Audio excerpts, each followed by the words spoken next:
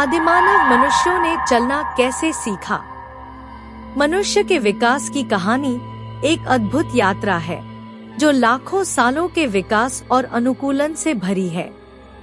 इस यात्रा का एक महत्वपूर्ण मोड़ वह था जब हमारे पूर्वजों ने 2 पैरों पर चलना शुरू किया। यह बदलाव न केवल हमारे शरीर की संरचना में बल्कि हमारे जीवन के हर पहलू में क्रांतिकारी परिवर्तन लेकर आया। चलना सीखने की यह कहानी हमारे विकास और हमारे आज के अस्तित्व को समझने के लिए महत्वपूर्ण है। ऑस्ट्रेलोपिथेसिस पहला 2 पैरों पर चलने वाला मानव। लगभग 4 मिलियन वर्ष पहले अफ्रीका में एक प्राचीन प्रजाति का उदय हुआ जिसे ऑस्ट्रेलोपिथेसिस कहा जाता है। इनमें सबसे प्रसिद्ध लूसी ऑस्ट्रेलोपिथेकस अफारेंसिस है, जिसका जीवाश्म 1974 में इथियोपिया में मिला था। लूसी और उसके जैसे अन्य ऑस्ट्रेलोपिथेसिस हमारे पहले पूर्वज थे जिन्होंने द्विपाद चाल यानी 2 पैरों पर चलना शुरू किया था। 2 पैरों पर चलने के फायदे। 2 पैरों पर चलने की क्षमता ने हमारे पूर्वजों को कई फायदे दिए। 4 पैरों के बजाय 2 पैरों पर चलना ऊर्जा की दृष्टि से अधिक कुशल था, जिससे हमारे पूर्वज लंबे समय तक चल सकते थे। 2 पैरों पर चलने से हाथ स्वतंत्र हो गए, जिससे वे उपकरण बनाने और उपयोग करने, भोजन इकट्ठा करने और बच्चों को संभालने में सक्षम हो गए।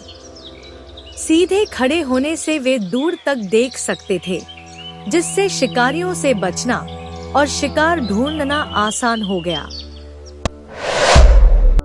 होमो हैबिलिस प्रारंभिक उपकरण निर्माता। लगभग 2.4 मिलियन वर्ष पहले होमो हैबिलिस प्रकट हुआ। यह प्रजाति पत्थर के उपकरण बनाने और उनका उपयोग करने में माहिर थी। होमो हैबिलिस की 2 पैरों पर चाल पहले से अधिक परिष्कृत थी और यह स्पष्ट था कि 2 पैरों पर चलना उनके विकास का एक महत्वपूर्ण हिस्सा था। होमो इरेक्टस आदिम मानव। लगभग 1.9 मिलियन वर्ष पहले होमो इरेक्टस का उदय हुआ। यह प्रजाति न केवल 2 पैरों पर चलने में सक्षम थी बल्कि उसने आंख का उपयोग करना भी सीखा।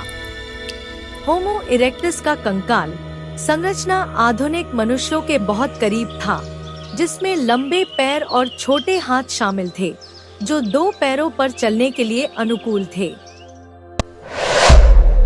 2 पैरों पर चलने के विकास के कारण अफ्रीका के पर्यावरणीय परिवर्तन जैसे जंगलों का सिकुड़ना और सवाना का विस्तार ने हमारे पूर्वजों को पेड़ों से उतरकर जमीन पर जीवन जीने के लिए प्रेरित किया। खुले मैदान में रहने के लिए 2 पैरों पर चलना आवश्यक था, जिससे वे लंबी दूरी तक यात्रा कर सकते थे और नए संसाधनों की खोज कर सकते थे। शारीरिक अनुकूलन। 2 पैरों पर चलने के विकास में कई शारीरिक परिवर्तन शामिल थे। कूल्हे की चौड़ाई बढ़ गई और घुटने की संरचना मजबूत हुई, जिससे सीधे खड़े रहना और चलना संभव हो गया।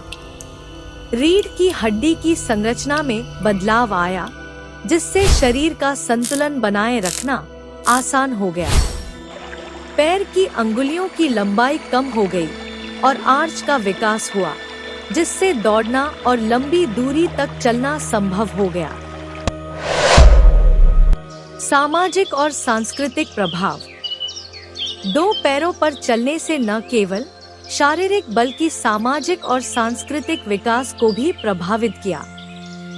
2 पैरों पर चलने से हाथ स्वतंत्र हो गए, जिससे उपकरणों का उपयोग और निर्माण संभव हुआ।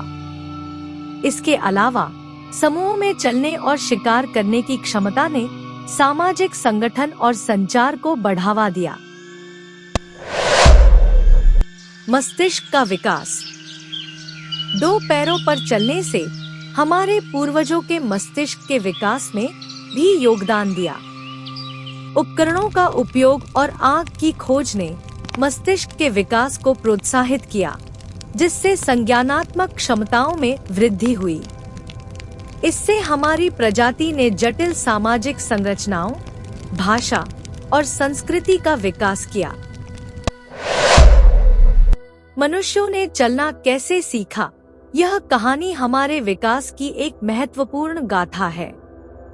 2 पैरों पर चलने से हमारे पूर्वजों को न केवल शारीरिक बल्कि मानसिक और सामाजिक रूप से भी विकसित किया।